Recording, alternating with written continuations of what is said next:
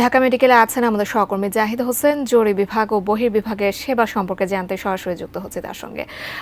জাহিদ, আজ সকাল 10টা থেকে শুরু হয়েছে বহির্বিভাগের কার্যক্রম। এটা দুপুর 1টা পর্যন্ত চলমান থাকবে এবং জরুরি বিভাগ সম্পর্কেও আপনার কাছ থেকে জানতে চাচ্ছি, চিকিৎসকরা যে ইতিমধ্যেই একজন নিরাপত্তা কর্মী না থাকলে জরুরি সেবায় ফিরবেন না বলে বলেছেন, সে সম্পর্কেও নিশ্চয়ই আমাদেরকে জানাবেন এবং হাসপাতালে যে রোগীর উপস্থিতি সে সম্পর্কেও নিশ্চয়ই আমাদেরকে জানাবেন। জাকিয়া, নিশ্চয়ই জাকিয়া, জরুরি সেবা কার্যক্রম সেটি কিন্তু অব্যাহত ছিল, চলমান ছিল, কিন্তু বহির্বিভাগের যে চিকিৎসা সেবা সেটি সকাল 10টা পর্যন্ত এটি বন্ধ ছিল, যে কারণে যেহেতু আজ রাজধানী জুড়ে বেশ বৃষ্টিপাত হয়েছে আমরা দেখেছি, তো সেই বৃষ্টিপাত উপেক্ষা করে যারা আসলে এই চিকিৎসা সেবা নেওয়ার জন্য ঢাকা মেডিকেল প্রাঙ্গণে ছুটে এসেছিলেন তারা বেশ ভোগান্তিতেই পড়েছিলেন এবং অনেকেই ভোরবেলায় ঢাকার বাইরে থেকেও যারা এসেছিলেন ভাবছিলেন যে আসলে বহির্বিভাগ থেকে সেবা নেবেন, সেটা নিতে না পেরে অনেক বেশি ভোগান্তির মধ্যে পড়েন। তো এরপরে আমরা মূলত কথা বলতে যাই যারা ডাক্তার ছিলেন তাদের কাছে। তো তারা দাবি জানিয়েছিলেন যে এই চিকিৎসা সেবা বিষয়ক যে সকল সুরক্ষা নীতি যে সকল নিতে হবে সেগুলো নেয়ার ব্যাপারে যেহেতু এখনও কোনো আশ্বস্ত তারা হওয়ার মতো কোনো খবর পাননি, সেজন্য তখনও পর্যন্ত তারা কিন্তু এই অবস্থান কর্মসূচি পালন করছিলেন। তবে সকাল 11টার একটু আগেই যে হাসপাতালের পরিচালক ব্রিগেডিয়ার জেনারেল মোহাম্মদ আসাদুজ্জামান তিনি আমাদেরকে নিশ্চিত করেছেন যে চিকিৎসকরা মূলত আশ্বস্ত হয়েছেন যে স্বাস্থ্য পুলিশ যেটি আসলে গঠন করার কথা বলা হয়েছে সে বিষয়ে পদক্ষেপ নেওয়া হবে।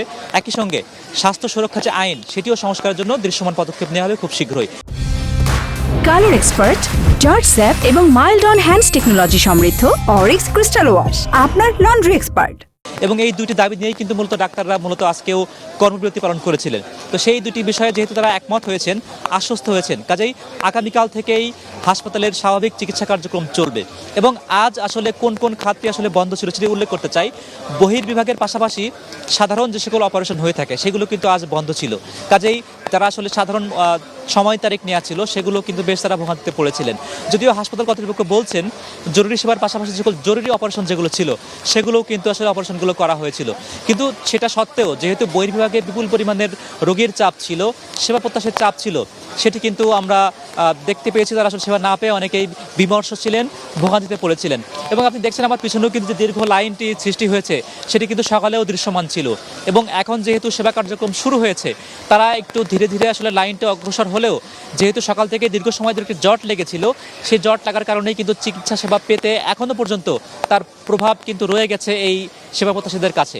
কাজে আগামীকাল থেকে যেহেতু ডাক্তাররা বলছেন তারা সকল প্রকারের আন্দোলন থেকে সরে আসছেন, যেহেতু দাবি মানার বিষয়ে তারা আশ্বস্ত হয়েছেন, কাজে আগামীকাল থেকে হয়তোবা এই পরিস্থিতি দেখতে হবে না যেটি আমরা আজ ঢাকা মেডিকেল প্রাঙ্গণে এসে দেখছি।